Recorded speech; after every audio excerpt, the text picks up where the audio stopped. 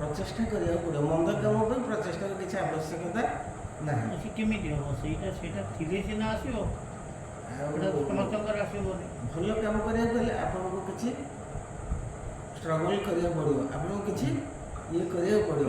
ସେ ଛାଡ଼ିବ, ଇଚ୍ଛା ଶକ୍ତି ହେବନି। ଇଏ କ'ଣ ମଦୁଆ ଇଏ ମଦୁଆ ଭାଇ ଛାଡ଼ି ସିଏ ଠିଆ ଯିବ ବସିବୁ ନାଇଁ, କାହିଁକିନା ସିଏ ତାର ସେ ଲାଇନ୍ରେ ସିଏ ଯିବ। ଯିଏ ପ୍ରାପ୍ତ ଭଗବାନ ଜନ୍ମ ଦେଲା ପରେ ସିଏ କହିନାହାନ୍ତି ତୁ ମଦ ପିଇକି ତୁ ପାଠ ପଢ଼ କହିନାହାନ୍ତି। ତୁମ ସ୍ୱଭାବ ଅନୁସାରେ ଆମ ପ୍ରକୃତି ସିଏ କହୁନାହାନ୍ତି ଯେ ତୁମେ ଭଲ ଖରାପ ବାଟରେ ଯାଅ କି ତୁମେ ଭଲ, ତମକୁ ବାଟ ଦେଖେଇ ଦେଇଛନ୍ତି। ତମ ଦେଖ କୋଉଟା ଭଲ କୋଉଟା ଖରାପ। ଯଦି ଆପଣ ମୋତେ ଗୋଟେ ଭଲ ପରାମର୍ଶ ଦେଲେ, ମୁଁ ଯଦି ଆପଣଙ୍କ କଥାକୁ ନ ଶୁଣିବି, ନ ଗ୍ରହଣ କରିବି, ତେବେ ମୋର ଅସୁବିଧା ମୁଁ ପଡ଼ିବି। ସେଇ କଥା ସିଏ ଯେ ଆଗରୁ ଜାଣନ୍ତି ଏଇଟା ମୋର ଅସୁବିଧା, ସେ କାହିଁ ଯାଆନ୍ତି? ନା ଜାଣିକି ଯାଉଛନ୍ତି ସାର୍, ସବୁ ମିଛ ଜାଣି। ମଧୁଟା ଲେଖା ହେଇଛି ଯୋଉ ଗୁଟକାରେ ଏଟା କ୍ୟାନ୍ସର ହବ, କିଏ ନ ଖାଉଛି? ଆପଣ ସିଗାରେଟ ଲେଖା ହେଇଛି, ଲେଖା ବି ଅଛି, ଫେର ଜାଣିକି କରିନାହାନ୍ତି। ଲେଖା ଯାଇଯିବ ସିଗାରେଟ ସେଇ ଚରିତ୍ରରେ ଏଇ ଯୋଉ ଭଗବାନଙ୍କୁ ଯେତେବେଳେ ଡାକୁଛନ୍ତି ଆମକୁ ସଦ୍ବୁଦ୍ଧି ଦିଅ, ଆମେ ପରି ସେବା କରିବା ଯେମିତି ସେ କହୁଛନ୍ତି, ସେଇଟା ନାହିଁ ତ। ନାଇଁ, ସେମାନେ ତ ରାଜକୁମାର, ସେମାନେ ତ ଅୟାସ କରିଥାନ୍ତେ। ସେମାନେ କାହିଁକି ଗଲେ ନା ନାଇଁ, ହଁ ସେମାନେ ତ ଅୟାସ କରିଥାନ୍ତେ। ସାଧାରଣ ଲୋକ ନୁହନ୍ତି, କିଛି ତ ଅଭାବ ନାହିଁ। ଆରମ୍ଭରୁ ଯେତେ ରାଜା ବି ସବୁ ତ ସେଇଆ, ସବୁ ତାଙ୍କ ପୁତ୍ରଙ୍କୁ ଦେଇ ଦେଇକି ସବୁ ସନ୍ନ୍ୟାସୀରେ ଯାଇଛନ୍ତି, କେହି ତ ଟ୍ରାଡିସନ ଥିଲା ସେତେବେଳେ। ଆମର ଯେମିତି ଟ୍ରାଡିସନ କଳ୍ପତରୁ ଦାସ ଗଲା ତା ପୁଅକୁ ଛାଡ଼ିଗଲା, ସେ ତାକୁ ଗଲା ସେ ତାକୁ ଛାଡ଼ିଗଲା। ଏଇ ତ ସେଟା ରାଜନୀତି କଥାଟା ତ ସେ ଆମ ରାଜନୀତି କଥା। ଆମ ଭଲ ଉଦ୍ଦେଶ୍ୟରେ କଥାବାର୍ତ୍ତା ହଉଛି, ଶୁଣିକିରି ବା ଲୋକ ତାକୁ ଅନର୍ଥ କରିବେ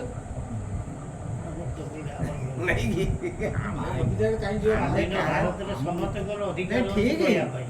ଆପଣ ଭଲ କଥା କହିଲେ, ଠିକ କଥା କହିଲେ, ସେଇଟାକୁ ବୁଝିବା ଲୋକ ନାହିଁ ନା। ଶୁଖିଲାଟାରେ ଅନ୍ୟ ଲୋକ କହିବେ ଆମକୁ ଇଏ କରୁଛୁ।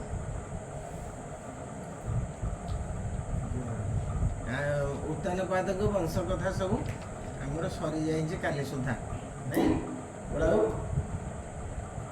ଧ୍ରୁବ ଅମର ବେଣୁ ପୃଥୁ ଦଶ ପ୍ରଚେତସ ଆଙ୍କର ସମସ୍ତ କାର୍ଯ୍ୟକ୍ରମ ସରିଯାଇଛି। ସିଏ କିଏ ନା ଆମର ଯିଏ ସ୍ୱୟଂଭବ ମନୁ ଥିଲେ, ତାଙ୍କର ଥିଲେ ଦୁଇ ପୁଅ ଉତ୍ତାନ ପାଦ ଆଉ ପ୍ରିୟବ୍ରତ, ଆଉ ତିନି ଝିଅ ଦେବହୂତି, ଆକୁତି, ପ୍ରସୂତି। ଦେବହୂତିକି ବିବାହ ଦେଇଥିଲେ କାହାକୁ ନା କଦର୍ପ ଋଷିକି ଦେଇଥିଲେ, ହଁ। ଆଉ ଆକୁତିଙ୍କି ଦେଇଥିଲେ ଆଙ୍କୁ କାହାକୁ ନା ରୁଚି ଋଷିଙ୍କି ଦେଇଥିଲେ। ଆଉ ଗୋଟେ କନ୍ୟାକୁ ତାଙ୍କର ଦକ୍ଷ ପ୍ରଜାପତି କାହାକୁ ଦେଇଥିଲେ ଏ ଆମର ସ୍ୱୟଂଭବ ମନୁ, ତାଙ୍କର ତିନି କନ୍ୟା ଦୁଇ ପୁଅ। ଇଏ ଆମର ପଢ଼ିଲେ ତାଙ୍କର ପ୍ରଥମ ପୁତ୍ର ଉତ୍ତାନ ପାଦଙ୍କର ତାଙ୍କର ଗୋଟିଏ ଭାଇଙ୍କର ସମସ୍ତ ଘଟଣା ସିଏ କ'ଣ କଲେ ଏବଂ ତାଙ୍କର ପୁତ୍ର ନାତି ମାନେ କ'ଣ କଲେ ତାଙ୍କର ବର୍ତ୍ତମାନ ଆଉ ଜଣେ ଭାଇ ପ୍ରିୟବ୍ରତ, ତାଙ୍କରି କଥା ବର୍ତ୍ତମାନ ଆଜି ଆରମ୍ଭ ହେବ। ପରମ ପୁରୁଷ ଗୋବିନ୍ଦ ତାଙ୍କ ଚରଣାରବିନ୍ଦ, ତମୁ ଗରିବ କରଲେ ତାଜେ ପିବନ୍ତି ଆନନ୍ଦେ, ତାଙ୍କ ଚରଣେ ବନ୍ଦଇ ପଞ୍ଚମ ସ୍କନ୍ଧେ ଗୀତ ଗାଇ ଆନନ୍ଦ ହରିବୋଲ ରାଜା ପରୀକ୍ଷିତ ବାଚ। ଭଉଣୀ ରାଜା ପ୍ରିୟବ୍ରତ ସିଆ ତୁମାରାମ ଭାଗବତ, ଗୃହେ ରହିଲା ତାର ମନ ପ୍ରାରବ୍ଧ କର୍ମରେ ବନ୍ଧନ, ନିଶ୍ଚୟ ମୁକ୍ତ ସଙ୍ଗ ଯାର ହେମନ୍ତ ପ୍ରାଣୀ ମାନଙ୍କର, କିମ୍ପାଇ ଗୃହେ ମନ ରହେ ଭଉଣୀ ଖେଳିବା ସନ୍ଦେହ, ନିଶ୍ଚୟ ମହନ୍ତ ଲୋକଙ୍କର ଉତ୍ତମ ଶୁଳ୍କ କଥା ସାର, ନିବୃତ ଚିତ୍ତ ଯେ ହୁଅନ୍ତି ସେ କିମ୍ବା ବ୍ୟର୍ଥ ଆଚରନ୍ତି, ଇଏ ମୋତେ ସଂଶୟ ବହୁତ ଯେ ପ୍ରାଣୀ ଗୃହେ ମୋଚିତ।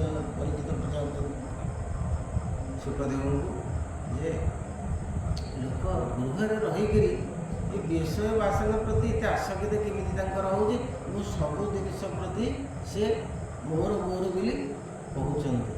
ସଂସାରୀ ଲୋକଙ୍କର ଏ ସ୍ୱଭାବଟା କେମିତି ଆସୁଛି?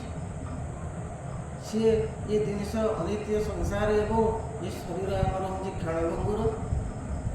ଏ ଜିନିଷଟା ତାଙ୍କ ମନ ଭିତରେ ଚେତନା କାହିଁ ପଶୁନି? ମୋର ପ୍ରକୃତ ଯିଏ ଉପାସ୍ୟ, ମୋର ଯିଏ ପ୍ରକୃତ ଆରାଧ୍ୟ, ଯେ ମୋର ପ୍ରକୃତ ଯିଏ ଗୃହର ମାଲିକ, ମୁଁ ତା କଥାରେ ମୋ ମନକୁ ନିବେଶନ କରି ବୃଥା ସଂସାରର ବିଭିନ୍ନ ଅନର୍ଥ ଜିନିଷରେ ମନ ପୁରେଇକିରି ଏ ସମସ୍ତ ସମୟକୁ ସାରି ଦେଉଛି। ଏ କଥା କାହିଁକି ତାଙ୍କ ମନ ଭିତରେ ଆସୁନି?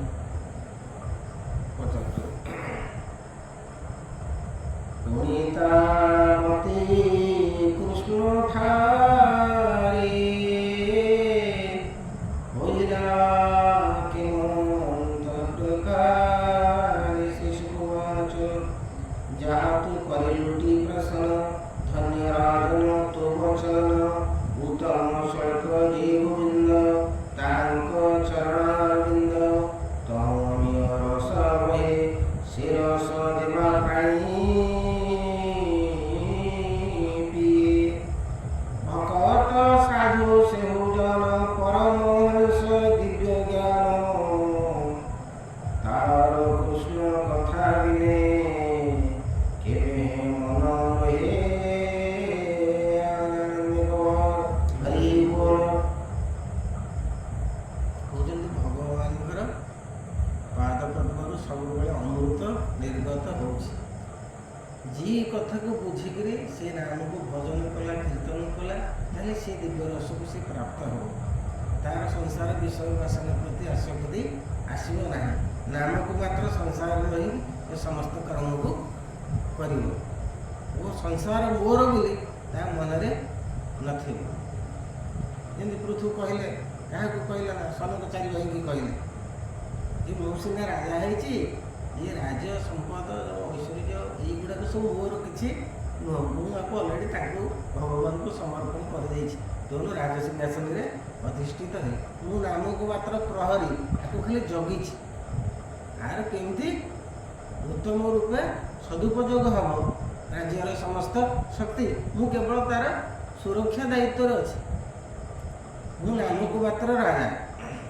ନାମ ମାତ୍ରରେ କିନ୍ତୁ ସେଇ ଯେଉଁ ଜିନିଷଟା ଯେଉଁ ବ୍ୟକ୍ତିଗତ ସ୍ୱାର୍ଥଟା ଯେଉଁଟା ରହିଛି, ମୁଁ ହେବି ମୋ ପୁଅ କରିବି କି ତାକୁ କରିବି, କିନ୍ତୁ ସ୍ୱାର୍ଥଟା ମେନ୍ ରହିଲାଣି ସେଠି ଯୋଡ଼ି ସମସ୍ତଙ୍କର। ଆଉ ସେଠି କେଉଁଠି ସମସ୍ତେ ତ୍ୟାଗ କରୁଛେ, ମୁଁ ଶବ୍ଦଟା କାହିଁ ଆସୁନି? ସମସ୍ତଙ୍କର ଆଉ ସେତେବେଳେ ଆଉ ଶାସ୍ତ୍ରରେ ଅଛି ରାଜା ପୁଅ ରାଜା। ଯେ ଯୋଗ୍ୟ ବ୍ୟକ୍ତି ନା ନା କିନ୍ତୁ ଅଛି ରାଜା ପୁଅ ରାଜା ହେବ, ସେମିତି କେଉଁଠି? ଭରତ ଥିଲେ, ଭରତ ମନେ କରିଦେଲେ ତାଙ୍କର ଯେଉଁ ପୁଅ ଯାକ ଥିଲେ ସେ କେହି ଯୋଗ୍ୟ ନଥିବାରୁ ସେ ଜଣେ ସାଧାରଣ ସୈନିକକୁ ରାଜା କଲେ। ଯେତେ ତାଙ୍କର ବିରୋଧ ହେଲା ସେ କହିଲେ ନା, ମୁଁ ଯୋଗ୍ୟ ଲୋକକୁ ରାଜ୍ୟ ସିଂହାସନ ସେ ସୂର୍ଯ୍ୟବଂଶୀ ରାଜା ଭରତ ଯାହାଙ୍କ କଥା ଆମେ ପଢ଼ୁଛେ, ସିଏ କହିଲେ ନାହିଁ ଯେ ମୋର ଉପଯୁକ୍ତ ଦାୟାଦମାନେ ହେବେ, ଏମାନେ ଏତେ ବଡ଼ ରାଜ୍ୟକୁ ସେମାନେ ସୁରକ୍ଷା ଦେଇପାରିବେ ନାହିଁ, ରକ୍ଷା କରିପାରିବେ ନାହିଁ।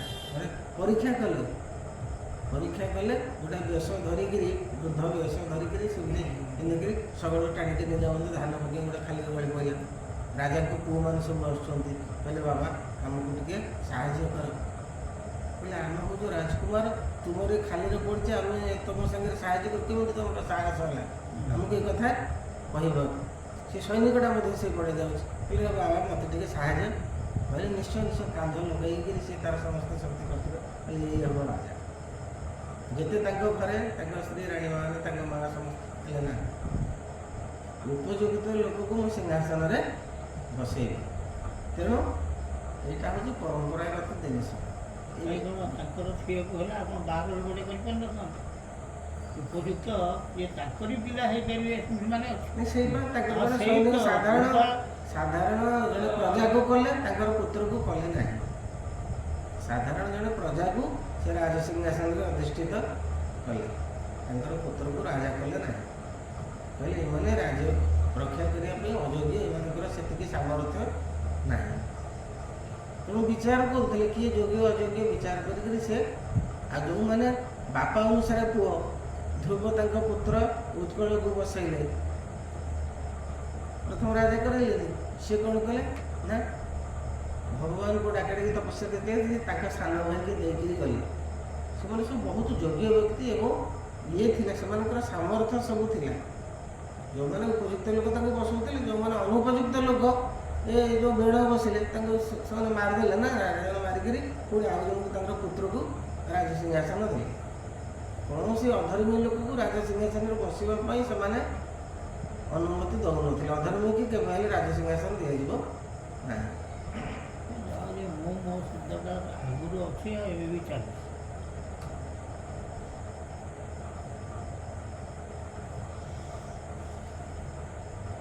ସେମାନଙ୍କ ଠାରୁ ଯେଉଁମାନେ ରାଜାମାନେ ତାଙ୍କର ପୁତ୍ର ହେଉଥିଲେ ରାଜା, ସେମାନେ ସେତିକି ତପସ୍ୟା କରିକିରି ଯାଇକିରି ତାପରେ ସନ୍ତାନ ଉତ୍ପତ୍ତି କରୁଥିଲେ ଯେ ମୋତେ ଭଗବାନ ଗୋଟେ ଯୋଗ୍ୟ ସନ୍ତାନ ଦିଅ ଯିଏକି ରାଜ୍ୟର ସମସ୍ତ ଦାୟିତ୍ୱ ନେଇପାରିବ। ଅବିକା କ'ଣ ସେ ଜିନିଷ ଅଛି? ଯୋଗ୍ୟ ଅଯୋଗ୍ୟ ଲୋକର ବିଚାର ଅଛି?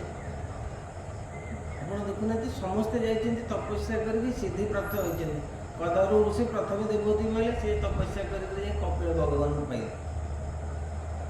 ସେମାନେ ଶୁଦ୍ଧ ଲୋକ ଥିଲେ, ତଥାପି ସେମାନେ ପୁତ୍ରଟିଏ ଭଗବାନଙ୍କୁ ମାଗୁଥିଲେ, ମୋତେ ଗୋଟେ ଉତ୍ତମ ପୁତ୍ର ଦିଅନ୍ତୁ। ଏ କାଲି ଯେଉଁ ଦକ୍ଷ ପ୍ରଜାପତିଙ୍କ କଥା ପଡ଼ିଲା, ଦକ୍ଷ ପ୍ରଜାପତି ଜନ୍ମ ହେଲେ କାହାଠୁ ଜନ୍ମ ହେଲେ କୁହନ୍ତୁ ବଡ଼?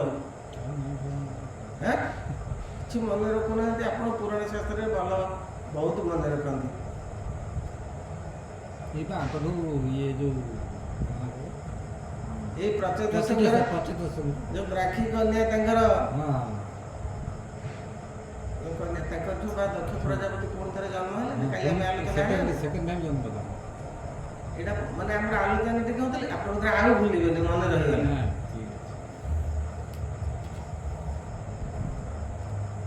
ଶ୍ରୀ ସୁଖବାଚ ଯାହା ତୁ କରିଲୁଟି ପ୍ରଶ୍ନ ଧନ୍ୟରାଜ ତୋ ବଚନ ଉତ୍ତମ ଶୁଳ୍କ ଯେ ଗୋବିନ୍ଦ ତାଙ୍କ ଚରଣାରବିନ୍ଦ ତମୀୟ ରସ ବହେ ସେ ରସ ଯିବା ପ୍ରାଣୀ ପିଏ ଭକତ ସାଧୁ ସେହୁଜନ ପରମହଂସ ଦିବ୍ୟ ଜ୍ଞାନ ତାହାର କୃଷ୍ଣ କଥା ବିନେ କେବେ ମନ ନୁହେଁ ଆନେ ଅନ୍ୟ ଯେ ଗୁଣ କଥା ମନ ଇଚ୍ଛା ନ କରଇ ଆମର ସାମ୍ବିଧାନିକ ନିୟମ ଅଛି ଶାସ୍ତ୍ର ପୁରାଣ, ଆମେ ତାକୁ ଅଧ୍ୟୟନ କଲେ ନାହିଁ ଯେ ମାନବ ଜୀବନର ମାନଦଣ୍ଡ କ'ଣ, ଆମେ କେମିତି ପ୍ରକୃତରେ ଠିକ୍ ବାଟରେ, ଯେମିତି ସବୁ ପାଇଁ ସମ୍ବିଧାନ ତିଆରି ହେଇଛି, ରୁଲ୍ ସବୁ ନୀତି ନିୟମ ତିଆରି ହେଇଛି, ଆମ ଜୀବନ ପାଇଁ ମଧ୍ୟ ସେମିତି ନୀତି ନିୟମ ତିଆରି ହେଇଛି। ଆମେ ତାକୁ ପାଠ କଲେ ନାହିଁ, ଆମ ମନ ଇଚ୍ଛା ଯାହା ତାହା କଲେ। ତେଣୁ ଆମ ଭିତରେ ଉତ୍ତମ ବୁଦ୍ଧି ଉତ୍ତମ ଜ୍ଞାନ କେମିତି ପ୍ରବେଶ କରିବ? ଆମେ କ'ଣ ସଠିକ୍ ଧାରାକୁ ଆମେ ଧରିକିରି ଚାଲିଛେ? ମୂଳରୁ ଜନ୍ମ ହେଲା ଦିନ ଆମେ ଅବ୍ୟବସ୍ଥିତ, ଆମର ସୁଚାରୁ ରୂପେ କୌଣସି କାର୍ଯ୍ୟ ହେଇନାହିଁ। କିନ୍ତୁ ହେଇପାରିବ ନାହିଁ।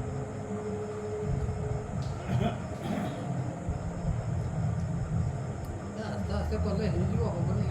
ଚେଷ୍ଟା କଲେ ନିଶ୍ଚିତ ଅଳ୍ପ ଅଳ୍ପ ହେଇକା ନିଶ୍ଚିନ୍ତ ହବ। ନିଶ୍ଚିନ୍ତ ନ ହବ ଇଏ କେତେ ହଜାର ବର୍ଷର ଏଇ କାହାଣୀ ସବୁ, ସେତେବେଳେ ସେ ଆସ୍ତେ ଆସ୍ତେ ଆସ୍ତେ କ'ଣ ସବୁ କ'ଣ ଏଣ୍ଡିଂରେ ପହଞ୍ଚି ପାରୁଥିବେ, ପହଞ୍ଚି ପାରୁନଥିବେ।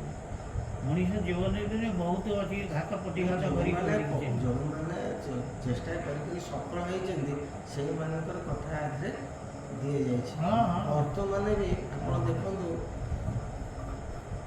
ସେଇଭଳିଆ ମୁନି ଋଷିମାନେ ବି ଅଛନ୍ତି ବର୍ତ୍ତମାନ ଆମ ଏ ସମାଜରେ, ତାଙ୍କଠୁ ଆହୁରି ବରିଷ୍ଠ ଲୋକମାନେ ଅଛନ୍ତି, କିନ୍ତୁ ଆମେ ତାଙ୍କୁ ଚିହ୍ନି ପାରୁନା କି ଆମ ସଂସ୍ପର୍ଶରେ ସେ ଆସିବେ ନାହିଁ। କାହିଁକି ନା ଆମ ମନଟା ସେଇ ସମାନ ହେଇନାହିଁ, ସେଇଭଳିଆ ସ୍ତରକୁ ଏହି ସମାଜରେ ମଧ୍ୟ ସେଇ ମୁନି ଋଷିମାନଙ୍କଠୁ ଆହୁରି ବଡ଼ ବଡ଼ ଶ୍ରେଷ୍ଠ ଲୋକ ସବୁ ଅଛନ୍ତି, ଯେ ଭଗବାନ ନିତ୍ୟ ଯାଇକି ତାଙ୍କ କଥାରେ ବସୁଛନ୍ତି, ଖାଉଛନ୍ତି, ପିଉଛନ୍ତି, ତାଙ୍କ କଥା ଶ୍ରବଣ କରୁଛନ୍ତି।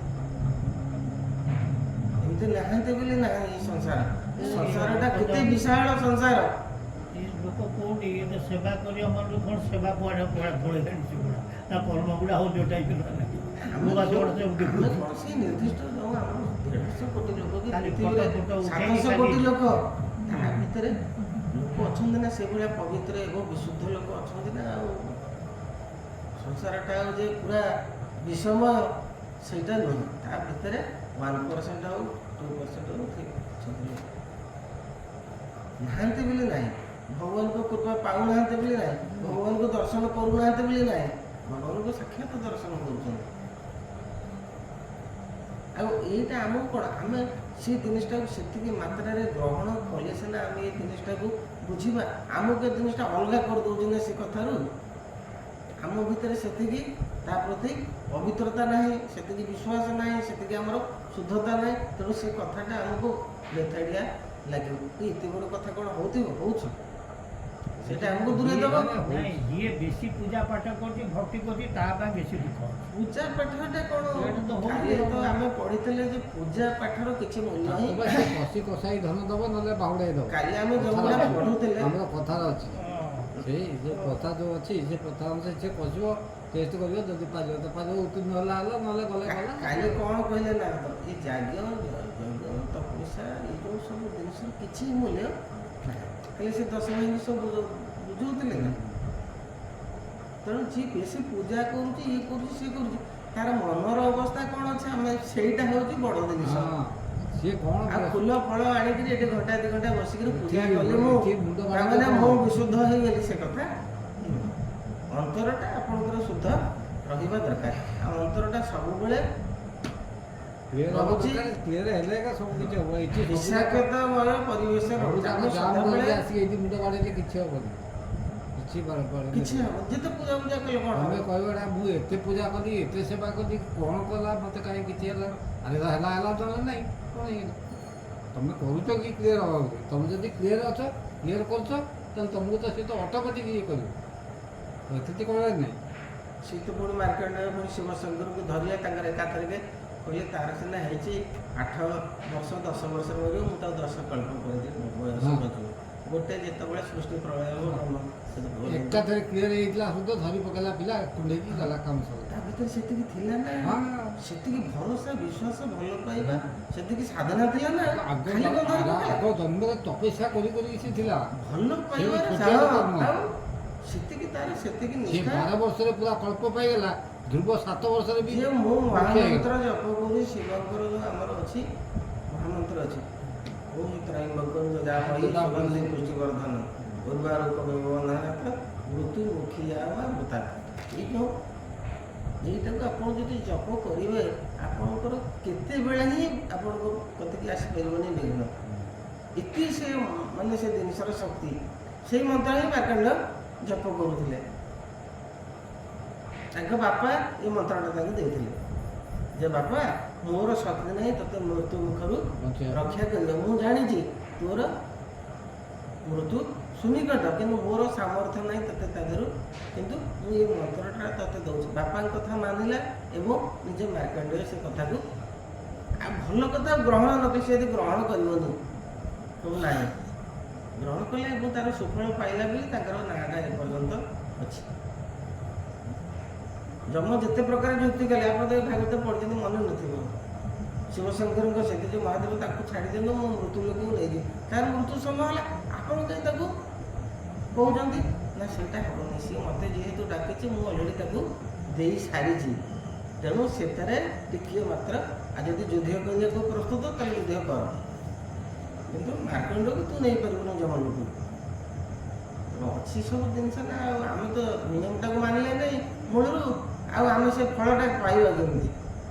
ଆମେ ଯଦି ମାନିବା ସବୁ, ଫଳ ନ ଫଳିଲା, ତାହେଲେ ଆମେ କହିବା ଯେ ନାଇଁ ଆମର ପ୍ରକୃତ ଆମେ ସବୁ କଲୁ, କିଛି ହେଲାନି। ଆପଣ ଦେଖନ୍ତୁ, ଯାହା କରନ୍ତୁ ତାର ଫଳ ନିଶ୍ଚୟ ଆପଣ ପାଇବେ। ଯିଏ ଯାହା କରୁ ତା ଫଳ ନିଶ୍ଚୟ ନିଶ୍ଚୟ ମିଳିବ। ହବ ନାହିଁ ବୋଲି କଥା ନାହିଁ।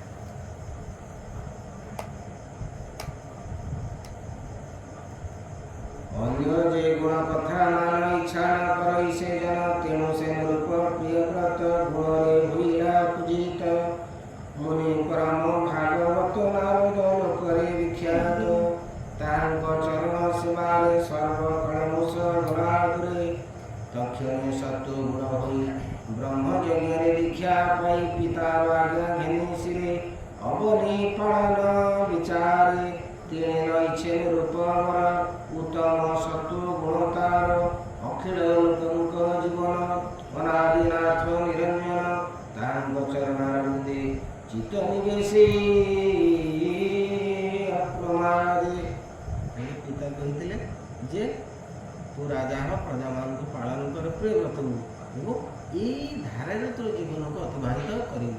ତାଙ୍କୁ ଉତ୍ତମ ବାଟ ଦିଗଦର୍ଶନ ଦେଉଥିଲେ ଏବଂ ସିଏ ତାକୁ ମାନିକିରି ଚାଲୁଥିଲେ। ଆପଣ ତ ଭଲ କଥାଟେ କହିଲେ, ମୁଁ ମାନିବିନି ଆଉ ମୁଁ କେମିତି ତାର ସୁଫଳଟା ପାଇବି? ମାନିଲେ ଆପଣ ପାଇବେ, ମାନେ ଆମେ ତ ମାନିବା ଅବସ୍ଥାରେ ନାହିଁ ନା। ପ୍ରକୃତ ସଂସାର ବ୍ୟବହାର ତମକୁ କରି ଦୂର। ବାପା ବୁଝାଉଛନ୍ତି ପୁଅକୁ ପ୍ରିୟ ବ୍ରତକୁ, ଏ ସଂସାରରେ ଏମିତି ମୋହ ମାୟା ବିଭିନ୍ନ ପ୍ରକାରର ଜିନିଷ ରହିଛି, ତା ଦେହରେ ତୁ କେବେ ହେଲେ ଆକୃଷ୍ଟ ସବୁ ଉପଭୋଗ କରିବୁ, ତାରି ଭିତରେ ରହିବୁ, ସବୁ କରିବୁ, କିନ୍ତୁ ତା ଦେହରେ ତୁ ଅନାସକ୍ତ ରହିବୁ। ଯେମିତି ପଦ୍ମପତ୍ରରେ ଜଳ ଢଳ ଢଳ ହେଉଥାଏ, ତା ଭିତରେ ବୁଡ଼ିଯିବୁ ନାହିଁ। ମୋର ଏ ଶକ୍ତି ସାମର୍ଥ୍ୟ ଐଶ୍ୱର୍ଯ୍ୟ ସଂସାର ଏତେ ରାଜ ସମ୍ପଦ ବୋଲି ଇଏ ଜିନିଷଟା ମନ ଭିତରକୁ କେବେ ହେଲେ ଆଣିବୁ ନାହିଁ। ତୁ କେବଳ ଜିନିଷର ସୁରକ୍ଷା ରକ୍ଷକ ଭାବରେ ନିଜକୁ ସେଠି ରଖିବୁ। ନିଶ୍ଚୟ ଜାଣି ପରାଭବ ଇଚ୍ଛଇ ନାହିଁ ରାଜ୍ୟ ଲାଭ, ଏଥି ମୁତାରେ ଭଗବାନ ଦେବଙ୍କ ଯେ ଆଦି କାରଣ। ରାଜାର ଗୁଣମାନ ଘେନି ଜନ କୁଶଳିଆ ତୁମ ଜନି, ନିଗମ ନିଜ ଗଣ ନାହିଁ ଭୁବନ ମଇଲେ। ଗୋସାଇନନ୍ଦେ ଗବାର ହରି ହରି ବୋଲ। ଗଗନ ମଧ୍ୟ ଚନ୍ଦ୍ର ଯେହ୍ନେ ବିରାଜି ସ୍ୱହେ, ତାରା ଗଣେ ନିର୍ମଳ ପୂଜା ଉପହାରେ ପୂଜିଲେ ତାଙ୍କୁ ଦେବବରି। ପଥରେ ଯୁଥ ଯୁଥ ହୋଇ ସିଦ୍ଧ ଗନ୍ଧର୍ବ ଗୀତ ଗାଇ, ଚାରଣ ମୁନିଙ୍କ ସହିତ ଗାୟନ କଲେ ଯେଝା ମତେ।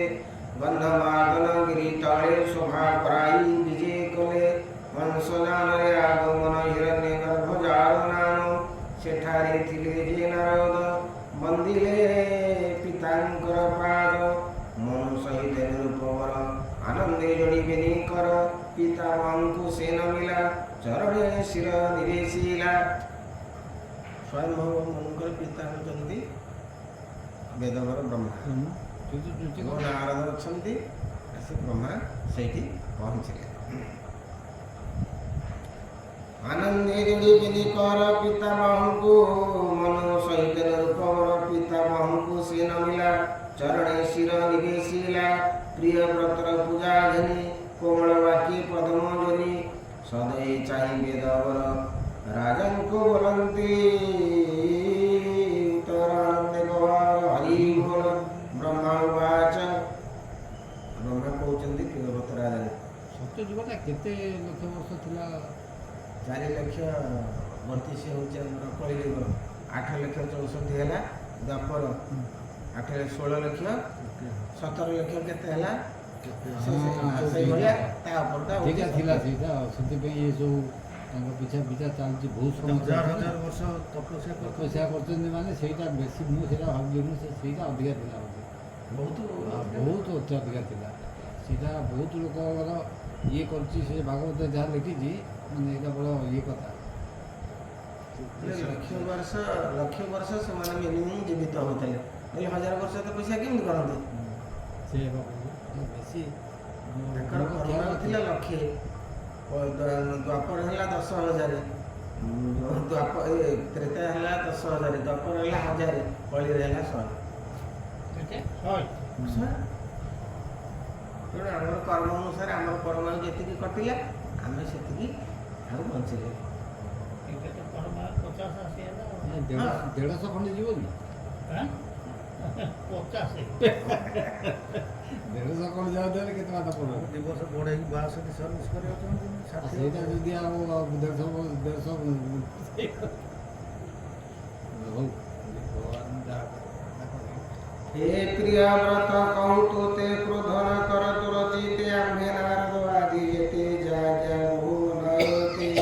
तपस्या विद्या जोग करी पंडित पण को आचरी, धर्मे अर्थे केहू एड़ी ईश्वर इच्छा कुल पारी। जन्म मरण कर्मे पाई जीव शरीर को बहई, सुख मोह नीति पाई सुख दुख को से भोगे आनंद गौर हरि बोल। दौड़ी ना सरंद्रे देई ସବୁଜ ସନେ ବୁହାଇ ଈଶ୍ୱର ବାକ୍ୟ ଗୁଣ ବଳେ ଜୀବ ଭ୍ରମ ଇଏ ଶୈଳେ ବିପଦ ଚତୁଷ୍ପଦ ଯେତେ ସର୍ବବନ୍ଧନ ସେହି ମତେ ଈଶ୍ୱର ସୃଷ୍ଟିର କରତା ସକଳେ ତାହାଙ୍କୁ ସେବନ୍ତା ଦୁଃଖ ସୁଖ କର୍ମ ଗୁଣରେ ଏମାନ ଘେନି ସଙ୍ଗତରେ ସେହି ଈଶ୍ୱର ବସେ ଦେଇ ଅନ୍ଧର ପ୍ରାୟ ଭ୍ରମ ଥାଇ ଦେଖୁ ଦେଖୁଣ ଭ୍ରମ ଥାଇ ଏକଥା ମୂଢ଼ ନ ଜାଣି ବିମୁକ୍ତ ହେଲେ ହିଁ ପୁରୁଷ ପ୍ରାରବ୍ଧ ଭଞ୍ଜଇ ଅବଶ୍ୟ। କହିଲେ ଜୀବଟା ଏ ଭିତରେ ଯେଉଁ ଜୀବ ଅଛି ସେ ହେଉଛି ମୁକ୍ତ ପୁରୁଷ, ତାହାର କୌଣସି ବନ୍ଧନ ନାହିଁ। କେବଳ ଏ ଶରୀର ସାଙ୍ଗରେ ପଡ଼ି ଇନ୍ଦ୍ରିୟମାନଙ୍କ ସାଙ୍ଗରେ ପଡ଼ିକିରି ଏ ଯେଉଁ କୁକର୍ମ କରୁଛି ସବୁ ପାପ କର୍ମ କରୁଛି, ଏଇଥିପାଇଁ ଇଏ ବନ୍ଧନରେ ପଡ଼ୁଛି। ଏଇଥିପାଇଁ ସଂସାରରେ ଆସି ସୁଖ ଦୁଃଖ ସେ ପ୍ରାପ୍ତ ହେଉଛି। ନହେଲେ ତାର ସ୍ୱଭାବ ହେଉଛି ସିଏ ମୁକ୍ତ, ସମ୍ପୂର୍ଣ୍ଣ ଭାବରେ ମୁକ୍ତ, ତାର କୌଣସି ବନ୍ଧନ ନାହିଁ।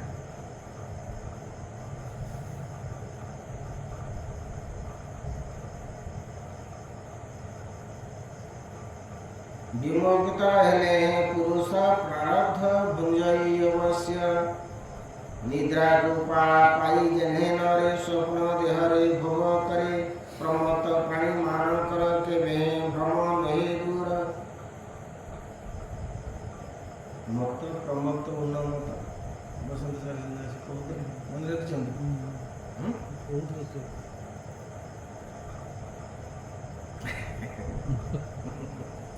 ମନେ ରଖୁନାହାନ୍ତି ପ୍ରମତ୍ତ ସେମିତି ଅଛି ବି ଜାଣିଛି, କିନ୍ତୁ ତାର ଇଏଟା କହିଛି ମତ ଯିଏ ମାନେ ପାଗଳ ଭଳିଆ ଗପେ ଏବଂ ବିଭିନ୍ନ ପ୍ରକାର କଥା ସବୁ କୁହେ। ପ୍ରମତ୍ତ ତାର ହେଉଛି ଅଧିକ ପାଗଳ, ଉନ୍ନମତ ଯିଏ ପୁରା ସମ୍ପୂର୍ଣ୍ଣ ପାଗଳ। ତେଣୁ ସେମାନଙ୍କର ଭ୍ରମ କେବେ ଦୂର ନୁହଁ। ସେମାନେ କୌଣସି ଉତ୍ତମ କଥାକୁ, ସେମାନେ ଆଇନ କାନୁନକୁ, ସେମାନେ ବିଧି ବିଧାନକୁ ଗ୍ରହଣ କରିବା ପାଇଁ ନାରାଜ। ସେମାନେ ଯାହା କହିବେ ସେଇଆ ହିଁ ହେଉଛି ଠିକ୍ ବୋଲି ସେମାନେ ଭାବନ୍ତି। ତେଣୁ ସେମାନଙ୍କ ମନରେ ତୁମେ କେବେ ହେଲେ ଶାନ୍ତି ବାତାବରଣ ଆଣିପାରିବ ନାହିଁ। ତ କିଛି ଶୁଣିବେନି, ଆଉ ଯାହା ବୁଝିଦେବେ ସେଇଆ। ଲୋଭାଦି ମାନଙ୍କରେ ଯୁକ୍ତ ଯେଣୁ ସେ ହୁଅନ୍ତି ଅବିରତ ଯେ ବୁଧ ଜଣେ ଇନ୍ଦ୍ରିୟମାନ ତାହାର ଗୃହ କର୍ମମାନ ବନ୍ଧନ ନ କରେ ତାହାରେ ନିର୍ଭୟ ଭ୍ରମେ ସେ ଗୃହରେ। କହିଥାଏ ନା କାହିଁକି ଯିବ ଏ ଜିନିଷ ଗୁଡ଼ାକ ଏତେ ବନ୍ଧନ ଭ୍ରମରେ ପଡ଼ୁଛି ଏବଂ ଏତେ ସେ ଦୁଃଖ ଯନ୍ତ୍ରଣା ଭୋଗ କରୁଛି। କହିଲେ ଯେ ଏଇଭଳିଆ ଲୋକ ତ କିଛି ଶୁଣିବେନି, କିଛି ବୁଝିବେନି, ଯାହା କହିଲେ ବି ତାକୁ ଗ୍ରହଣ କରିବେ ନାହିଁ। ତେଣୁ ସିଏ ତାଙ୍କ କଥାରେ ସଦାବେଳେ ସିଏ ସେମାନେ କେବେ ହେଲେ ସୁଖ ଶାନ୍ତିରେ ରହିପାରିବେନି। ଦ୍ୱିତୀୟ ବର୍ଗ ଲୋକ କ'ଣ ଆଇଲେ ନା ନିଜର ଇନ୍ଦ୍ରିୟମାନଙ୍କୁ ସେମାନେ ବଶ କରନ୍ତିନି। ଏଇ ଯେଉଁ ଇନ୍ଦ୍ରିୟ ଗୁଡ଼ାକ ଦିଆଯାଇଛି ତାଙ୍କର କାର୍ଯ୍ୟ କ'ଣ, ଆଉ ମୋତେ କେଉଁ ଇନ୍ଦ୍ରିୟକୁ କେତେ ବ୍ୟବହାର କରିବାକୁ ପଡ଼ିବ, ସେ କଥା ଉପରେ ତାଙ୍କର ଆଦୌ ନିୟନ୍ତ୍ରଣ ନଥାଏ। ତେଣୁ ସେମାନେ କ'ଣ କରନ୍ତି ନା କାମ କ୍ରୋଧ ଲୋଭ ମୋହରେ ପଡ଼ିକିରି ସେମାନେ ମଧ୍ୟ ନିଜକୁ ବିପଦରେ ପକାନ୍ତି ଏବଂ ସୁଖ ଶାନ୍ତି ପାଖ ମାଡ଼ି ପାରନ୍ତି ନାହିଁ। ବନ୍ଧନ ନ କରେ ତାହାରେ ନିର୍ଭୟ ଭ୍ରମେ ସେ ଗୃହରେ। ଯିଏ ଇନ୍ଦ୍ରିୟମାନଙ୍କୁ ବନ୍ଧନ କରିବ, ନିୟନ୍ତ୍ରଣରେ ରଖିବ, ଗୃହସ୍ଥାଶ୍ରମରେ ରହିଲେ ବି ସେଠି ଆନନ୍ଦରେ ରହିବ।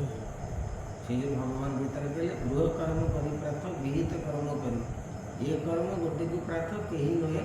ସଂସାରରେ ଗୃହସ୍ଥାଶ୍ରମ ହେଉଛି ସବୁଠୁ ବଡ଼ ଆଶ୍ରମ, ବଡ଼ ଧର୍ମ।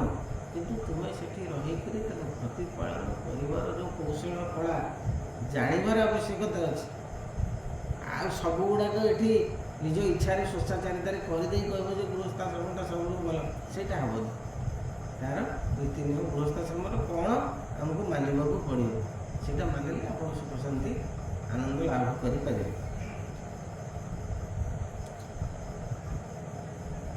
ଦୁର୍ଗ ମଧ୍ୟରେ ଥାଇ ଜହ୍ନେ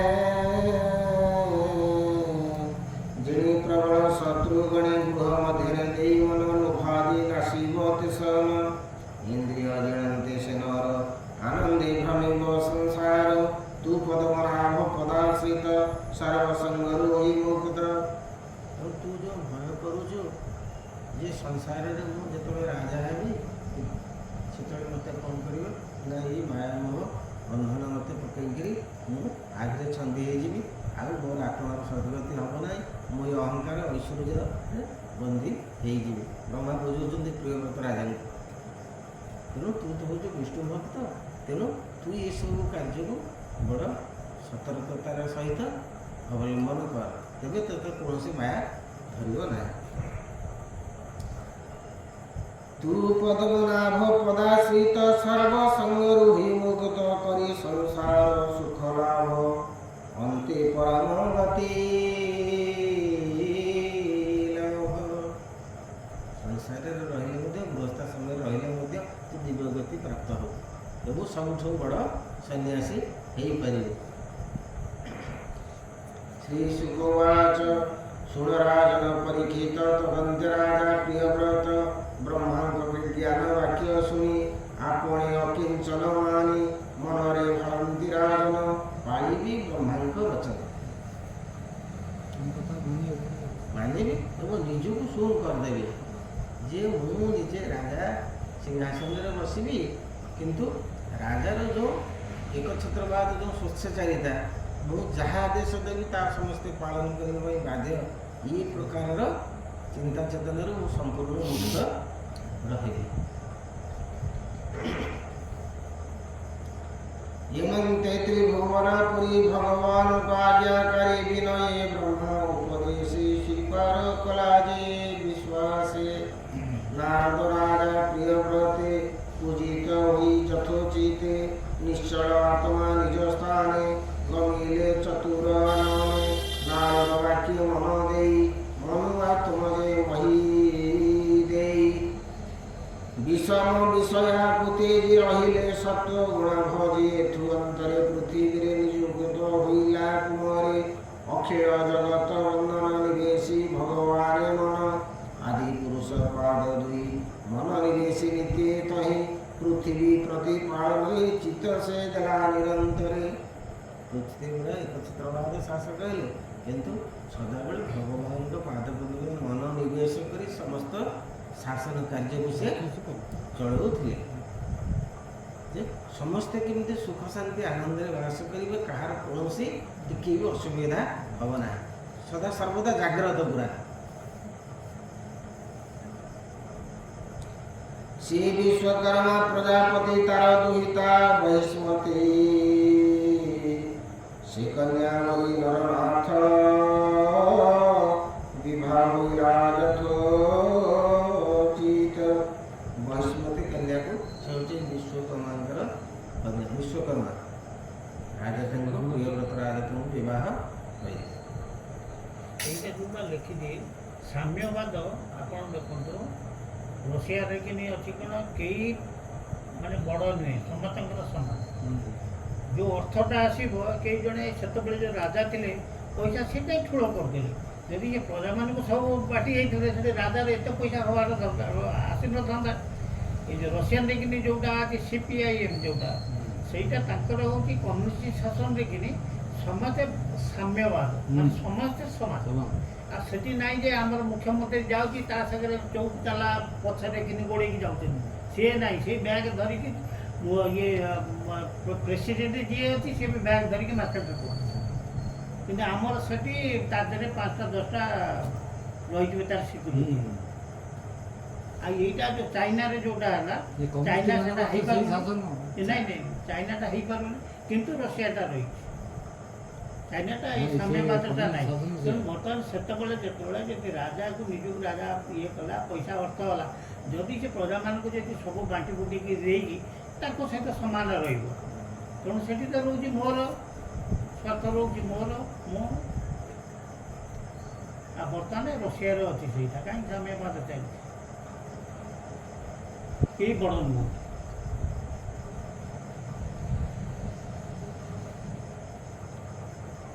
ଏ ଶବ୍ଦଟା ସବୁବେଳେ ମୁଁ ମୋର ରହୁଛି। ଆମେ ଲେଖୁଛନ୍ତି ଗୋଟେ କିନ୍ତୁ କରୁଛନ୍ତି ଗୋଟେ।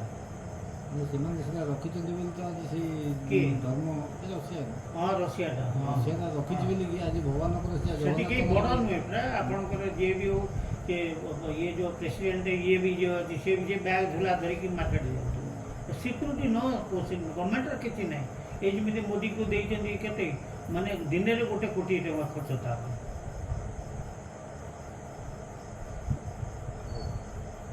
ସେ କନ୍ୟା ବରିଣନାଥ ବିବାହ ହେଲା ଯଥୋଚିତ ଦଶ ଆତ୍ମଜ ତାର ତହିଁ ଜାଣିଲେ ଗୁଣ ତେଜ ବହି ଏକ ଦୁହିତା ରୂପବତୀ ନାମ ଯାହାର ଉର୍ଜସ୍ୱତୀ। ତାଙ୍କର ପ୍ରିୟକଥରାଜଙ୍କ 10 ପୁତ୍ର ଏବଂ ଗୋଟିଏ କନ୍ୟା।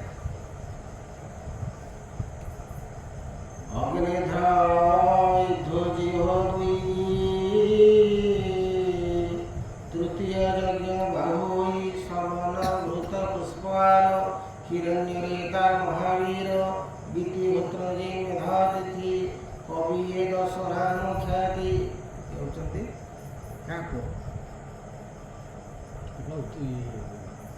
ପ୍ରିୟବ୍ରତଙ୍କର ଦଶ ପୁଅ ବସେ ଦଶ ପୁଅ ଗୋଟିଏ କନ୍ୟା ତାଙ୍କର। ତ ଉପରେ ଚାଲିଛି ହଁ ସାନ ଭାଇ ତାଙ୍କ ସାନ ଭାଇ ଗୌତମ ପ୍ରଧାନ ଏ 10 ନାମ ପୁତ୍ରଙ୍କର ଏ 10 ମଧ୍ୟ 3 ସାର ମହାବୀର କବି ଶବନ ଉର୍ଦ୍ଧରେ ତାଇ 3 ଜଣ ମହାବୀର କବି ଆଉ ଶବନ ଏ 3 ଜଣ ଉର୍ଦ୍ଧରେ ତାକେ ଏମାନେ ସନ୍ନ୍ୟାସ ହେଇଗଲେ ଆଉ ରାଜ୍ୟରେ ସେମାନେ ରହିଲେ ନାହିଁ। ପରମହଂସ ଦୀକ୍ଷା ଧରି ସକଳ ଚେଷ୍ଟା ପରିହରି ସର୍ବଜୀବରୀ କୃପାମୟ ଶ୍ରୀ ବାସୁଦେବେ କରିଲୟ ଭୟାରତ ପ୍ରାଣୀଙ୍କର ଶରଣ ରକ୍ଷଣ ଶ୍ରୀଧର ସେ ପଦ ପଦ୍ମ ଆଶ୍ରୟରୁ ନିରତ ନାମ କୀର୍ତ୍ତନ ପରମ ଭକ୍ତି ପ୍ରଭାବରେ ଦୟା ବହିଲେ ପ୍ରାଣୀ ଠାରେ ଭାବେ ନିର୍ମଳ ଚିତ୍ତ ହୋଇ ହରି ସର୍ବଭୂତେ ଦେଖଇ ସେ ମହାପ୍ରଭୁ ନାରାୟଣ ନିତ୍ୟ ଭଜିଲେ ଦାସ ଗୁଣାନନ୍ଦ ଗବାର ହରି। ଏ 3 ଭାଇ ସନ୍ନ୍ୟାସ ହେଇକରି ଗଲେ 10 ପୁଅକୁ 3 ପୁଅ ପଳେଇଲେ ଆଉ 7 ପୁଅ। এই ପ୍ରିୟବ୍ରତ ରାଜେନ୍ଦ୍ର ପ୍ରଥମ ରାଣୀଙ୍କର 10 ପୁତ୍ର ଏବଂ ଦ୍ୱିତୀୟ ରାଣୀଙ୍କର 3 ପୁତ୍ର। ଦ୍ୱିତୀୟ ପତ୍ନୀ ଗର୍ଭେ ତାର ହୋଇଲେ 3 ଯେ କୁଁବର ଉତ୍ତମ ତାମସରୈବତ ମନୁରେ ହୋଇଲେ ବିଖ୍ୟାତ ହେମନ୍ତ ପୁତ୍ର ମାନ ଘେନି ସେ ରାଜା ଚିରକାଳ ପୁଣ୍ୟାନନ୍ଦ ଗବାର ହରି ବୋଲ ଶୁଭାବୁ ବଳ ବୀର୍ଯ୍ୟ ଧରି ପୃଥିବୀ ନିଷ୍କଟଙ୍କ କରି ସେ ରାଜା ପୁରୁଷାର୍ଥ କରି ଧର୍ମ ପଥକୁ ଆଚରି ସେ ରାଜା ପତ୍ନୀର ବିଷୟ ପ୍ରତି ଦିବସ ସ୍ନେହ ବହେ ସେ ପତ୍ନୀ ନବ ଯୌବନେ ମନ୍ଦଭାସ ଅବଲୋକନେ ବିହାର ତାର ସଙ୍ଗେ କରି ତା ବସ ନୁହେଁ ଦଣ୍ଡଧାରୀ। ତାଙ୍କର ସୁନ୍ଦରୀ ରାଣୀ ଥିଲେ ସବୁ ଥିଲେ ତାଙ୍କ ସାଙ୍ଗରେ ଅହରହ ରହୁଥିଲେ ସବୁ କଥା କରୁଥିଲେ କିନ୍ତୁ ତାଙ୍କ ବସରେ କୌଣସି ଇନ୍ଦ୍ରିୟ ବସରେ ରାଜା ନଥିଲେ। ବୁଝିଲେ विविध क्रीड़ा नाना रंगे दिनो हरि तार संगे मंद राजा प्रियव्रत राज्य पालने हेलारत प्रधान को पढ़ंती हरसे एकादश अर्बुद वर्षे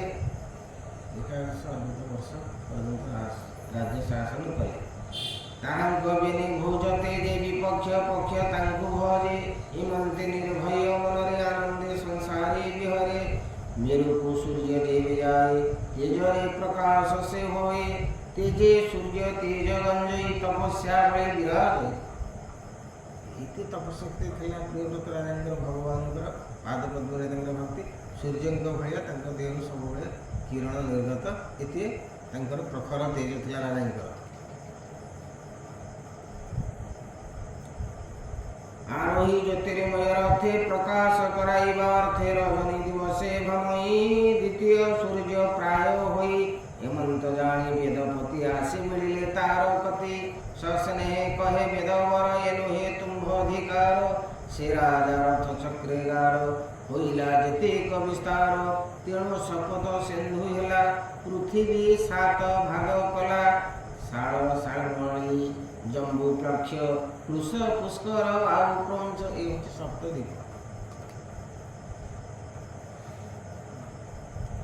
7ଟା ସିନ୍ଧୁ ଏବଂ 7ଟା ଦ୍ୱୀପ ସମଗ୍ର ପୃଥିବୀ।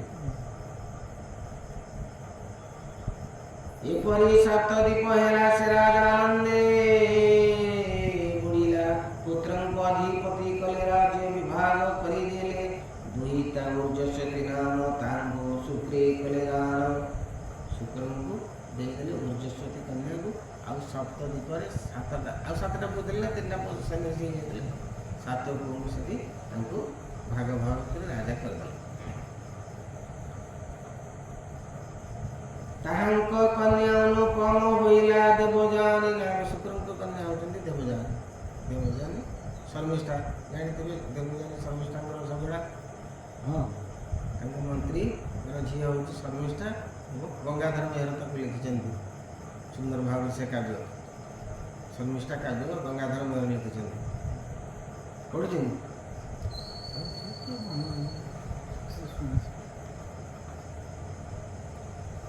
ଏଥୁ ଅନ୍ତରେ ରାଜା ଚିତେ ବୈରାଗ୍ୟ ପୂଜେ ନିରତେ ମନେ ବିଚାରି ନିରୂପନାଥ ସୁନିନ୍ଦା କଳାପ ବହୁତ। ସ୍ତ୍ରୀ ସଂଜ୍ଞା ସଗତ ହୋଇଲେ ବଡ଼ ସାଧୁ କଣ କଲେ ଏଣୁ ଇନ୍ଦ୍ରିୟ ବଶ ହୋଇ ଅବିଦ୍ୟା ବିଷୟରେ ଥାଇ ଏଣୁ ଅଧିକ ମୋ ଜୀବନ ବିସ୍ମୟ ଭଳନ୍ତେ ରାଜନ।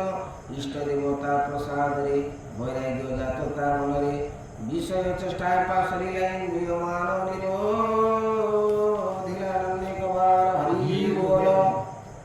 ରାଜ୍ୟ ସମ୍ପଦ ଇଚ୍ଛିଲା ପୁତ୍ରଙ୍କୁ ଭାଗ କରିଦେଲା। ସ୍ୱପତ୍ନୀ ତେଜି ମୃତ ପ୍ରାୟ ମୁକ୍ତି ଥିଲା ନୃପରାୟ।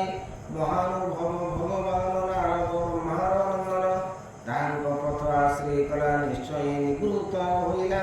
ପୁତ୍ରମାନଙ୍କୁ ରାଜ୍ୟ ଶାସନ ଦେଇକରି ସନ୍ନ୍ୟାସ ହେଇ ଚାଲିଗଲେ।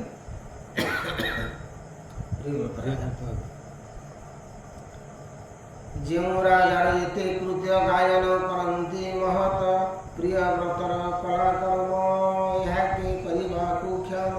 ତାଙ୍କର ରଥ ଚକ୍ର ମାର୍ଗେ ଶପଥ ସମୁଦ୍ର ପୃଥିଭାଗେ ଭାଗ ବିଭାଗ ମହି କରି ଦୀପ ଉପଦୀପ ବିସ୍ତାରୀ। ଯେବା କଲା ମନୁ କୁମର ପୃଥିବୀ ସ୍ୱର୍ଗେ ଅଗୋଚର।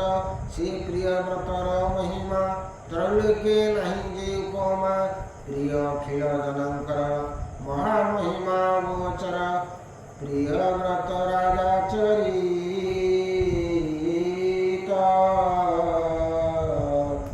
କହି ବିପ୍ର ଜଗନ୍ନାଥ ହରି ବୋଲ। ଏତେ ଶ୍ରୀମଦ ଭାଗବତ ମହାପୁରାଣେ ପରମହଂସ ସଂହିତାୟ ପଞ୍ଚମ ସ୍କନ୍ଧେ ପ୍ରିୟ ବ୍ରତ ରାଜା ଚରିତ ନାମ ପ୍ରଥମ ଅଧ୍ୟାୟ। ଦ୍ୱିତୀୟ ଅଧ୍ୟାୟ द्वितीय अग्निधर चरित नाभि प्रभुति तहु जात आनंदिक वार। हरि हरि बोल।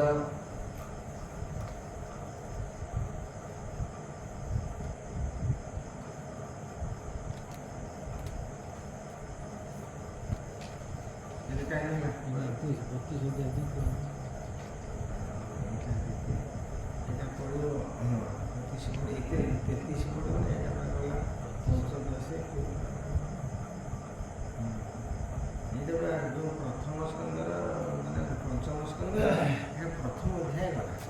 ଚତୁର୍ଥ ସ୍କନ୍ଧ 31 ଅଧ୍ୟାୟ ସରିଗଲା। ଇଏ ପ୍ରଥମ ଅଧ୍ୟାୟ ଆରମ୍ଭ ହେଲା ବା ପ୍ରଥମ ଆରମ୍ଭ ହେଲା ଯେଉଁ ପଞ୍ଚମ ସ୍କନ୍ଧର ପ୍ରଥମ ପ୍ରିୟବ୍ରତଙ୍କ କଥା ଆରମ୍ଭ ହେଲା ପ୍ରଥମ ଅଧ୍ୟାୟ। ପ୍ରତି ସ୍କନ୍ଧର ସେଇଆ ଭାବିଲି ମୁଁ ଏଇଟା କଣ୍ଟିନ୍ୟୁ କରୁଛି ନା ସେଇଟା ହେଇଥିଲେ ହେଇଯାଇଥାନ୍ତା। ତାଙ୍କର ତ ସରିଗଲା ସେ 32 ହେଇଥାନ୍ତା। ଠିକ କହିଲେ, ସେଇଟା 31 ହେଇଥିଲା 32 ହେଇଥାନ୍ତା। ଇଏ କେମିତି ହେଉଛି ସେଇଟା ଏଇଟା ପ୍ରଥମ ଠିକ ଅଛି ହେଇଗଲା। ଝିଅଟେ ଯେତେବେଳେ କି ପୁଅଟେ ବାହାଘର ବନ୍ଦ କରୁଛି ବନ୍ଦ କରୁଁ। ବୁଝିଲେ ନା, ଆଜ୍ଞା ଝିଅଟେ ପୁଅଟେ ଜଣେ ବାହାଘର ନାଇଁ ସେଇଟା କରୁଛି, ସମସ୍ତେ ତ ଦୌଡ଼ି ଦୌଡ଼ି ପୁରା ଗୋଡ଼ ଚପଲ ଛିଡ଼ି ଯାଉଛି। ଏମିତି ବି ହଉଥିଲା କି ନାହିଁ? ହଁ ଲୋକ ବହୁତ ଭାବି ଚିନ୍ତିକି ଗୋଟେ ଝିଅଟା ଗଲେ ଖୁସିରେ ରହିବ, ଏଇ ତ କଥା। ଯେତେବେଳେ ତାର ଆମେ ତ ସବୁଆଡ଼େ ଭାବିକି କରନ୍ତୁ, ଯେତେବେଳେ ଦୌଡ଼ି ଦୌଡ଼ି ସେ ଯେତେବେଳେ ଯାହା ହବା କଥା ସେ ଆଗରୁ ତିଆରି ହେଇକି ଅଛି। ଏଇ ପୁଅକୁ ଏଇ ଝିଅ ନା ନା ନାହିଁ, ହଁ ନିଶ୍ଚୟ ସିଏ ତିଆରି ହେଇକି ଅଛି। ଆମେ କେବଳ ଖାଲି ଯେ ଜାତକ ଆମେ ନିମିତ୍ତ ମାତ୍ର ଏ ଜାତକ ଦେଖ, ଯାହା ବି ଦେଖ, ତାର ଯାହା ହବା କଥା ଇ ହେଲା। ହବ। ଆଚ୍ଛା, ଆମେ ଏତେ ଦେଖିକି ଦେଲେ ମଧ୍ୟ କୋଉ ଝିଅଟା ବି ଶାନ୍ତିରେ ରହିପାରୁଛି କୋଉଟା ବି ଅଶାନ୍ତିରେ ଅଶାନ୍ତିରେ ହଁ, ଠିକ୍। ରହୁଛି ନାହିଁ। ହଁ। ତେଣୁ ଭଗବାନ ଯେତେବେଳେ ସୃଷ୍ଟି କରନ୍ତି ଯାହାର ଯେମିତି ଚରିତ୍ର ସେ ସବୁ ଯେମିତି ଭୋଗିବା କଥା ସେ ଆଗରୁ ତିଆରି ହେଇକି ଅଛି। ଅଛି ଆପଣ ଯାହା କଲେ ବି ସେ ସେ ହବ କେବେ ସେଇଆ। ଚେଞ୍ଜ ହବ ନାହିଁ। ଏ ଯୋଉ କହୁନାହାନ୍ତି ତାକୁ ପୋଡ଼ିଦେଲା ସେ ବୋଉକୁ ପୋଡ଼ିଦେଲା ସେ ବୋଉକୁ ବିଷ ଦେଇକି ମାରିଦେଲେ ସେ ଅମକି ଇଏ କଲେ କିଛି ନାହିଁ ସବୁ ସେ ସେଇ ନିଆଁରେ ପୋଡ଼ିକି ମରିବ ବୋଲି ସେ ଲେଖା ସେ ହେଇଛି ଆଗରୁ ଅଛି। ଇଏ ଯୋଉ ଗାଡି ସବୁ ଲୋକ ଚଢେଇ ଅବିକା ହଁ, ଶୁଣୁଛନ୍ତି, ହଁ, ହଁ। ଗାଡି ଚଢେଇ ଦଉଛନ୍ତି ଲୋକଙ୍କ ଉପରେ ଜାଣି ଶୁଣି ମଦ ଖାଇକି ହଁ। ତାଙ୍କର ପରିବାର ଧରି ଆପଣ ଦେଖୁଛନ୍ତି ଯାଉଛନ୍ତି ବାଟରେ ଗୋଟେ ପରିବାର ପୁରା ସ୍ମାସ ହଁ, ହେଇଯାଉଛି। ସେଇଟା ସେଇଟା ତାଙ୍କର କର୍ମ ଆଗରୁ କରିଛନ୍ତି ସେଇଟା ପୁରା ସେତିକି ହେଇକି ଅଛି ମୋର ନାୟିକା ଗୋଟେ କହିବାଟା ହଉଛି ମୋ ଚରିତ୍ରଟା ମୁଁ କେବେ ବଦଳି ପାରେ ସେ ଇଏ ହବ। ତେଣୁ କଥାଟା ହଉଛି କ'ଣ ମୁଁ ମନେକର ଭାଗବତ ଶୁଣିବା ପାଇଁ ମୁଁ ପଳେଇ ଆସୁଛି ସବୁ ଲୋକ ଆସୁନେ ଆସୁନାହାନ୍ତି। ସେଇ ଇଏ ହେଲେ ତାକୁ ସେଇଟା ସେ ଆସି ବସିବ। ଇଏ ଚରିତ୍ର ମଣିଷଟାକୁ ଭାଗ କରି ଆପଣ ଦେଖନ୍ତୁ ତେଣୁ ସମସ୍ତେ ସନ୍ନ୍ୟାସୀ ହେବା ପାଇଁ ଯାଉଛନ୍ତି ନା। ନା ଗୋଟେ ବିନା ଶିଖିବାରେ ବି ମଧ୍ୟ ବାଜା ବଜେଇ ଶିଖୁଛନ୍ତି ଗୀତ ଗାଉଛନ୍ତି ହଁ। ବିନା ଇଏରେ ସେ ଗୁରୁରେ ହଉଛି କି ନାହିଁ। ହଉଛି, ହଉଛି। ତେଣୁ ସେ ସବୁ କଳା ତେଣୁ ଯିଏ ଯାହାର ଯୋଉ କଳାରେ ଜନ୍ମ ସେ ଅଟୋମେଟିକ୍ ହବ ଅଟୋମେଟିକ୍ ବାଟରେ ଗୀତ ବୋଲି ବୋଲି ଯାଉନାହାନ୍ତି ଲୋକ ନାଚ କରୁଛନ୍ତି ମନେ ମନେ ବୋଲି ନାଇଁ, ଆପଣଙ୍କର ଯଦି ପ୍ରାରବ୍ଧରେ ନଥାନ୍ତା ଆପଣ କାହିଁ ଏଠିକି ଆମେ ଆସୁଛନ୍ତି ଆସୁଛନ୍ତି ଆମର ସେଇଟା ଆଗରୁ ଆମେ ଅଛି। ଏଇଟା ପୂର୍ବ ଜନ୍ମରେ ଆମେ ପଢିଛେ ପଢିଛେ। ବସିଛେ ସାଙ୍ଗ ହେଇକିରି ସେଇଟା ଥିଲା ବୋଲିକି ଆଜି ସେଇଟା ଏଠି ଥିଲା ବୋଲି ଆମେ ଆସିକିରି ଏଠି ବସୁଛେ। ବସୁଛେ ଆମର ଯଦି ଏ ଜିନିଷରେ ବିଲକୁଲ କିଛି ନଥାନ୍ତା ଆମେ ଏ ସୁବିଧା ସେଇଟା ପାଇନଥାନ୍ତେ। ସେଇଟା ତ ସମସ୍ତେ ଠିକ୍। ସେଇଟା ସେଇଟା ତ ଏକଦମ ଠିକ୍ ମୁଁ ସେ କଥା ତ କହୁଛି ସବୁବେଳେ ଏସବୁ ମଣିଷକୁ ସେମିତି ଚରିତ୍ରରେ ଆମେ କଣ କାହା ଭାଇନା ଯାହା କହିଲେ ଆମେ କଣ କାହା ମନା କରୁଛେ ଆସନା ନା, ଆମେ ତ ଡାକିଲେ ବି କିଏ ଆଉଛି ଆମେ ତ ବରଂ ଆନନ୍ଦ ହଉଛେ ଆସିଲେ ଖୁସି। ଡାକିଲେ ତ କିଏ ଆସୁଛନ୍ତି କେତେ ଟାଇମ ହେଲା ବେଳ ହେଇଗଲା ହେଇଗଲା ଆଉ 5 ମିନିଟ୍ ଅଛି ଠାକୁରଙ୍କର 7 ମିନିଟ୍ ଅଛି ଯେତେବେଳେ 10 ମିନିଟ୍ 7 ମିନିଟ୍ ଅଛି ଯାହାକୁ ଯେମିତି ସୃଷ୍ଟି କରିଛନ୍ତି ଭଗବାନ ଯାହାଟା କରିବା କଥା ସେ କରିକି ପଠେଇଛନ୍ତି। କରିକି ପଡ ତେଣୁ ଆମର କର୍ମଟା କରିବାଟା ହଁ ଯେ କ'ଣ ଭଲ ସେ ଯୋଉ କରିବ, 3-4 ବର୍ଷ ପିଲା ଆପଣ କହୁଥିଲେ ତା ନାଁ ହଉଛି କଣ ଭଗବତ ଭଗବତ କଥା। ହୁଁ, ଭଗବତ। ହଁ। ତାକୁ ପଚାରୁଛନ୍ତି ବଡ଼ ବଡ଼ ଷ୍ଟାର ମାନେ ପଚାରୁଛନ୍ତି ସେ ଗୀତାରୁ ଦେଇ ଦଉଛନ୍ତି ଗୋଟିଏ ଗୋଟିଏ ଶ୍ଳୋକ ବୋଲିକିରି ଉଦାହରଣ ଦେଉଛନ୍ତି ସେନ ଗୋଟେ ଶ୍ଳୋକ ସେ ବୋଲିକିରି କହିଲେ ଏଇ ତ କୁଆଡ଼େ ଗଲା? ଏଇଠି ରଖିଛ ମାନେ ଏଇ ସିଏ ଶୁଣିକିରି ସବୁ 4 ବର୍ଷ ବା 4 ବର୍ଷ ବା 4 ବର୍ଷ ପିଲା 4 ବର୍ଷର ପିଲା ସିଏ କ'ଣ କହିବେ ଆପଣ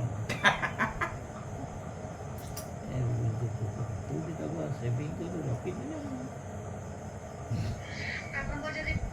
ଭାରତ ସଂସ୍କୃତି ତଥା ହିନ୍ଦୁ ଶାସ୍ତ୍ର ସହିତ ଜଡ଼ିତ କୁଆଡ଼େ ବାହାରେ ବାହାରେ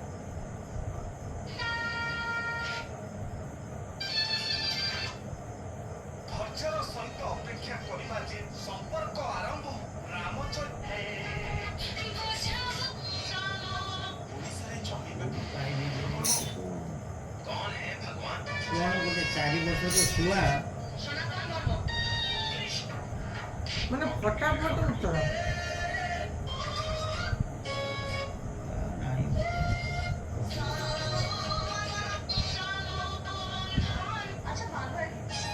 ये ना बताइए ଜାଣିଲେ चाहिए चाहिए ଆଜ୍ଞା राशि पूछते थे उनको सबसे प्रिय कौन है भगवान श्री कृष्ण भगवत गीता में कहते हैं जो मेरा प्रचार करता है वो मुझे सबसे प्रिय।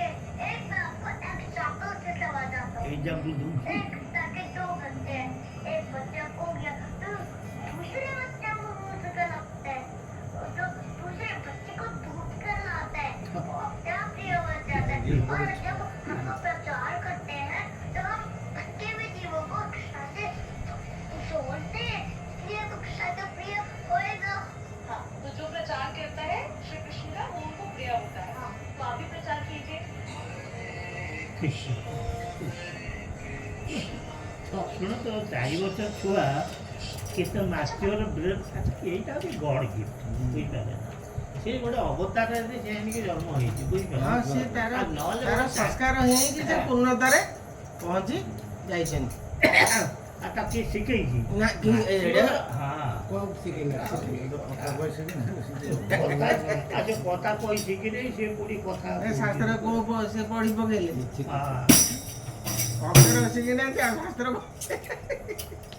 ସେଇ ତ ତମେ ସେ ସେଇଠି ସେଇ ଲାଇନ୍ ନେଇକିନି ସେ ଅଛି ଏ ଆମର ସେ କହୁଛନ୍ତି ଯେ ଆମେ ଯେତିକି ବର୍ତ୍ତମାନ କଲେ ଏ ଭଗବାନଙ୍କ କଥା ଆମେ ପଢିଲେ ଯେତିକି ଆମେ ଆଲୋଚନା କଲେ ବୁଝିଲେ ଏଇଟା ଆପଣଙ୍କର ରହିଲା ଏଇଟା କୁଆଡ଼େ ଯିବନି ଧର ମୃତ୍ୟୁ ହେଇଗଲା ପୁଣି ଯେତେବେଳେ ଯାଇ ଜନ୍ମ ହେଲେ ଆପଣଙ୍କୁ ଏଇ ସୁବିଧାଟା ଆଉ ଥରେ ପ୍ରାପ୍ତ ହବ ସେଇଟା ଯିବନି ଆଉ ସିଏ କହୁଛନ୍ତି ଯେ ସ୍ୱଳ୍ପ ମପସ୍ୟ ଧର୍ମସ୍ୟ ତ୍ରାହି ଏଥିରୁ ଯେତିକି କରିଥିଲେ ବି ସେଇଠୁ ଆପଣ ପରଜନ୍ମରେ ଆଗେଇବେ ଆଉ ଯେକୌଣସି କାର୍ଯ୍ୟ କରନ୍ତୁ ପୂର୍ଣ୍ଣତା ନ କରିଥିଲେ ସେ କାର୍ଯ୍ୟର କିଛି ମୂଲ୍ୟ ନାହିଁ ଘରୁ କିଏ ତୋଳିଛନ୍ତି ଛାତ ନ ପକେଇ ତା ଭିତରେ ରହିପାରିବେ ଯେକୌଣସି କାର୍ଯ୍ୟ କରନ୍ତୁ ତାର ପୂର୍ଣ୍ଣ ନ କଲେ କିଛି ପାଇବେନି କିନ୍ତୁ ଆ ଦେହରେ ଯେତିକି କରିଥିବେ ଆପଣଙ୍କର ସେତିକି ଆପଣଙ୍କର ରହିଲା ନିଶ୍ଚଳ ହେଇକିରି ସେ ସେଇ ଯୋଗୁଁ କହିଲେ ଯଦି ଯେତିକି କରୁଛ ଅଳ୍ପ କର କିନ୍ତୁ କର ହଉ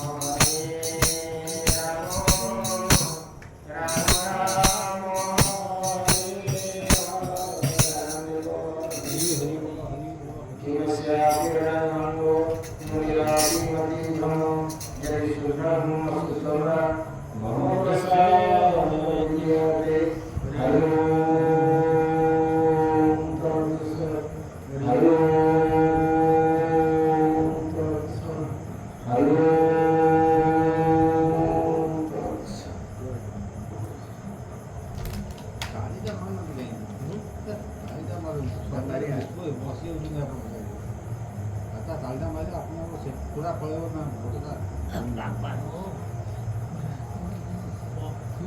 ନାମ କଲେ ସେ ନାମ କଲେ ବୋଲି ଲୋକ ଜାଣିବେ ଲାଷ୍ଟ ହେଲା ନାମ ଏଇ ପଟରେ ନାଗେ ଗୋଟେ ଆଜ୍ଞା?